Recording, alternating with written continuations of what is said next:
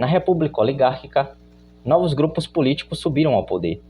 Ou melhor, foram remodelados à moda republicana. O pós-abolição, somada à onda de imigração, a precariedade do municipalismo e a descentralização federativa, fez emergir um novo sistema de poder denominado coronelismo.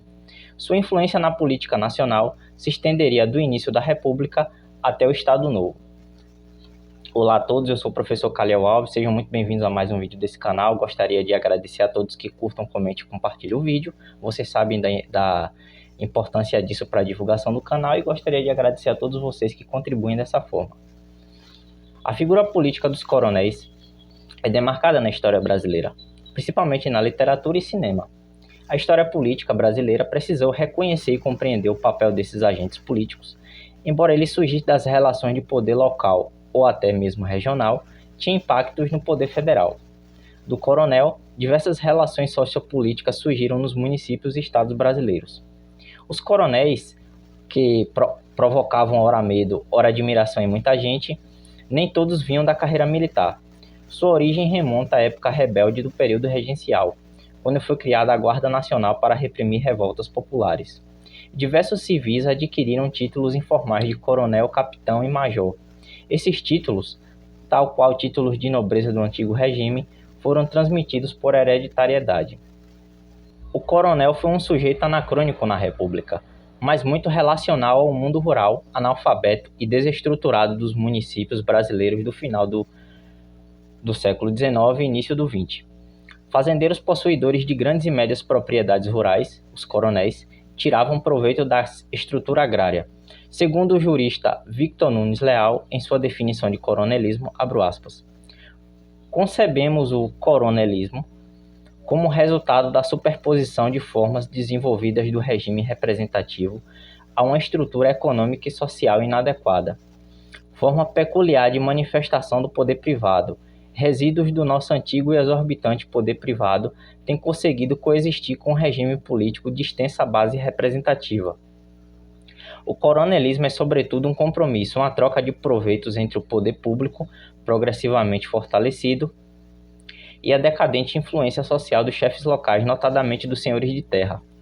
Estrutura agrária que fornece a base de sustentação das manifestações de poder privado, ainda tão visíveis no interior do Brasil. Fecho aspas.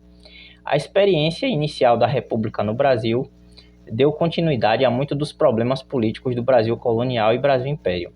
A sua primeira Constituição Federal só seria promulgada em 1891, 2 anos após a proclamação da República. O primeiro presidente seria o Marechal Deodoro da Fonseca, que governou o país por 2 anos, e o Marechal Floriano Peixoto, que governou o Brasil de 1891 até 1894.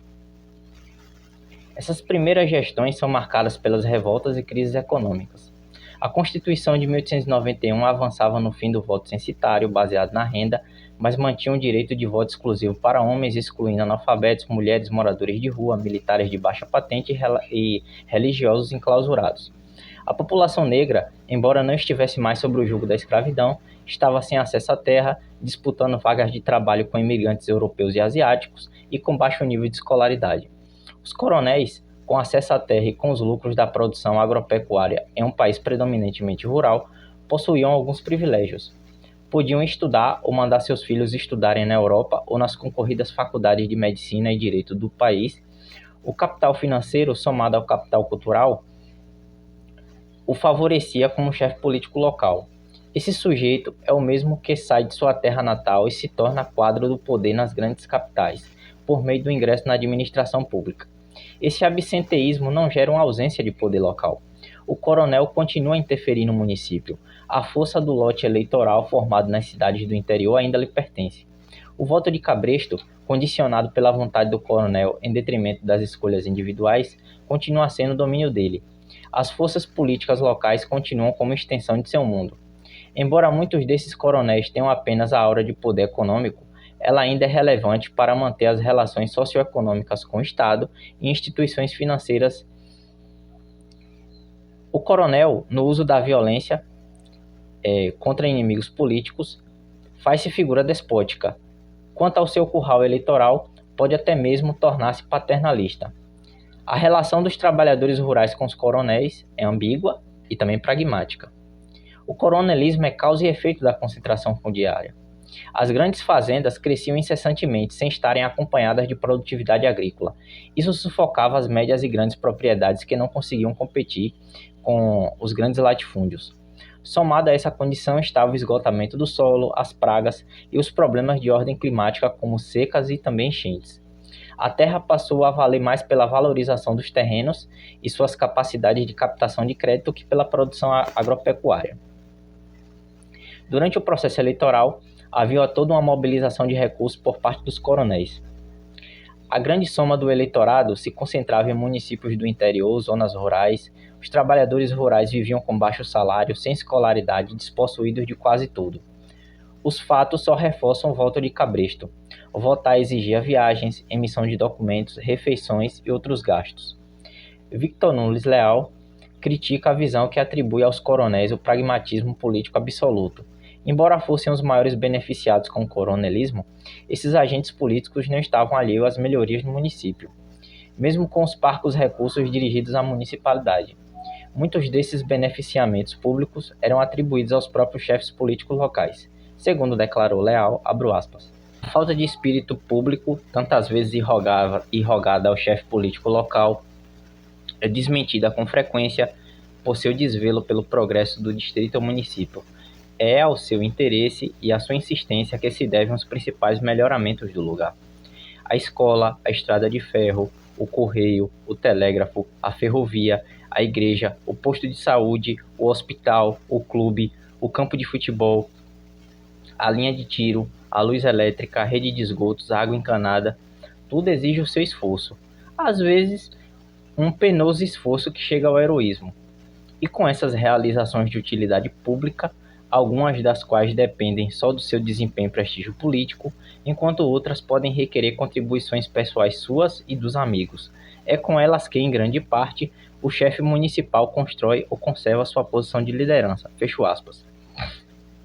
Tá gostando do vídeo até aqui? Se inscreva no canal, curta, comente, compartilhe para ajudar na divulgação, deixe sugestões de vídeo se você desejar. Tudo isso vai ajudando o canal, alcança mais pessoas, faz com que esse conhecimento histórico e de ciências humanas também possa ser dividido com outras pessoas de maneira gratuita. Vocês sabem que só tem benefício. Uma das caracterizações do coronelismo é o paternalismo. Os políticos muitas vezes assumiam essa função paternal em relação ao eleitorado. A pretexto de proteção e assistência, confundiam o povo com suas ações. Os coronéis adquirem um ar piedoso em relação aos seus eleitores, relações de poder que encarnavam a submissão das massas aos chefes políticos. A vitória eleitoral era a manutenção da ordem vigente, seja por meio da violência política ou pelo uso da administração pública para distribuir benesses aos seus aliados. Não havia represália dos partidos, ao menos não publicamente. Era preciso demonstrar solidariedade política entre os membros, daquela congregação.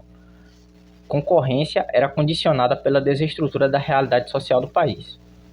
O filhotismo, que pode ser encarado como um atual nepotismo, que ungia parentes e amigos como merecedores de espaços na administração pública, e o mandonismo, utilização do patrimônio público para acessear a força política adversária ou aplicá-la nos processos de alistamento eleitoral, são as faces mais visíveis do coronelismo. Entre uma eleição e outra, havia o que Leal identificou como um reordenamento das forças políticas. Abro aspas.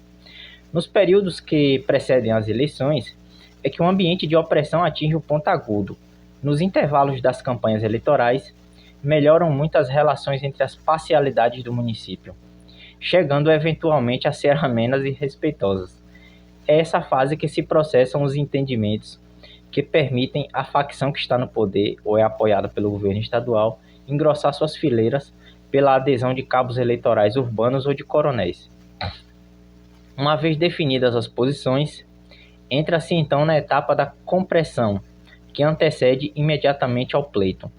Alguns prováveis aderentes podem ser poupados ou até mais tarde, enquanto subsiste a possibilidade de o chamar ao seio confortável da situação. Outros serão convencidos pelos primeiros indícios de violência. Muitos se absterão de votar para evitar dissabores maiores, e uns poucos faltarão à palavra empenhada. A regra é ser honrado, o compromisso que no município se firma de homem para homem, e a quebra de sua palavra repugna tanto ao chefe local quanto exaspera a traição de seus companheiros. Fecho aspas. O acordo entre homens é socialmente desejável numa política de compromissos, não muito diferente das realizadas pelos homens de poder anteriores à República. No entanto, a rebeldia do coronel já não é mais tão presente quanto na colônia ou no Império. A quebra dos compromissos por parte do coronel pode provocar sua derrota e até mesmo a sua substituição. O poder privado e o poder institucional precisam estar de mãos dadas para que o coronelismo funcione. Os coronéis dos municípios logo seriam os coronéis do Estado e depois do Legislativo Federal. O coronel é o regente da orquestra camponesa e toca o coeficiente eleitoral por meio dos currais eleitorais. O cabresto não é apenas um símbolo, é sua arma da seguridade de seu poder. Ao invés de projetos nacionais, planos macroeconômicos e políticas públicas e sociais, os coronéis de cima e os coronéis de baixo estabelecem compromissos e trocas de favores. Segundo descrevia Leal, abro aspas, é sabido que os serviços públicos do interior são deficientíssimos, porque as municipalidades não dispõem de recursos para muitas de suas necessidades. Sem o auxílio financeiro do Estado, dificilmente poderiam empreender as obras mais necessárias, como estradas, pontes, escolas, hospitais, água, esgoto, energia elétrica. Nenhum administrador municipal poderia manter por muito tempo a liderança sem realizar qualquer benefício para sua comuna. Os próprios fazendeiros, que carecem de estradas para escoamento de seus produtos e de assistência médica, ao menos rudimentar, para seus empregados, acabariam por lhe recusar apoio eleitoral. O critério mais lógico, sobretudo por suas consequências eleitorais, é dar preferência aos municípios cujos governos estejam na mão dos amigos. Fecho aspas. No coronelismo, os cálculos políticos nunca deixam de existir. A relação entre a esfera estadual e municipal, baseada em troca de favores, pode gerar estranhamentos entre os vários agentes políticos. O mais adequado nessas condições era diminuir o máximo possível o atrito. Havia momentos de ceder e também de recuar. As oposições eram as que mais sofriam nesse sistema. Era oposição quem não tinha lugar cativo no governo. Leal aponta para a ausência de autonomia na municipalidade. A precariedade orçamentária e todas as limitações possíveis no âmbito do município reforçam o controle dos chefes políticos locais. Esse ambiente era perfeito para a emergência do coronelismo, como aponta o jurista Leal, abro aspas.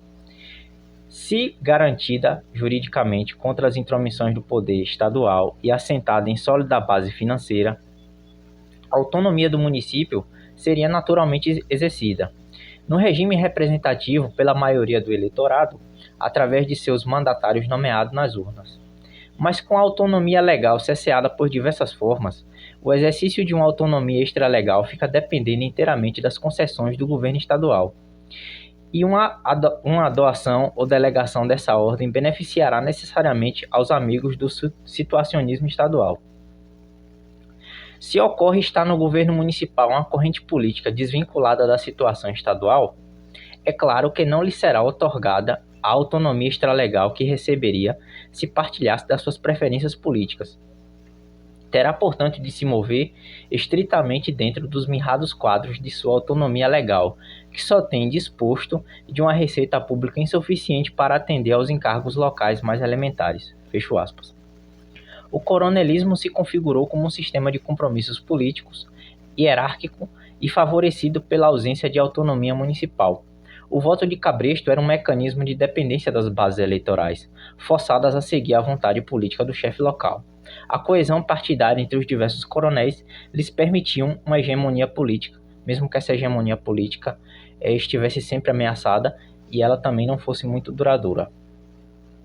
Esse vídeo foi inspirado no livro Coronelismo, Enxada e Voto, do jurista mineiro Vitor Nunes Leal.